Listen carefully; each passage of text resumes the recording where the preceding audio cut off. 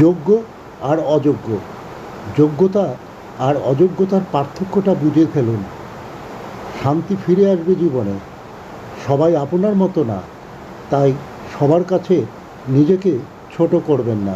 অযোগ্য ব্যক্তিদের জন্য কাঁদবেন না। যোগ্যদের দেওয়া কষ্টে চোখের পানি ফেললেও শিখবেন কিছু বাস্তবতা, ধৈর্য এবং নিজেকে গড়ার পথ।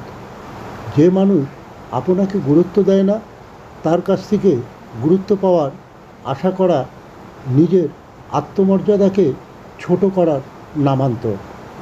তারা হয়তো আপনাকে মিথ্যা স্বপ্ন দেখাবে, কিন্তু সুযোগ পেলেই আপনাকে ছেড়ে চলে যাবে।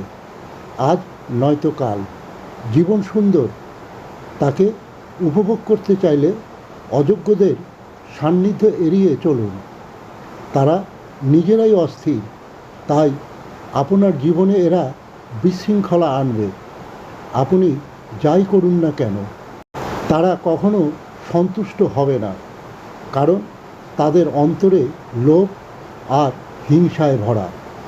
অন্যদিকে যোগ্য মানুষ জীবনের মানে শেখাবে, আপনাকে এগিয়ে নিতে পাশে থাকবে।